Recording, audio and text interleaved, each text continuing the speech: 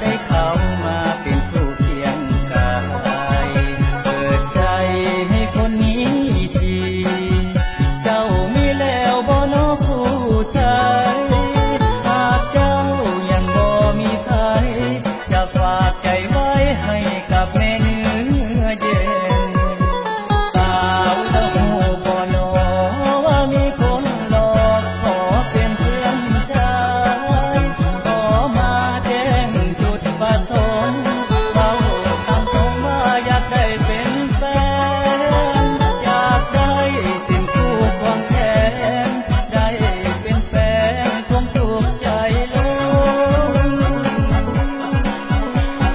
คนรักใครกัน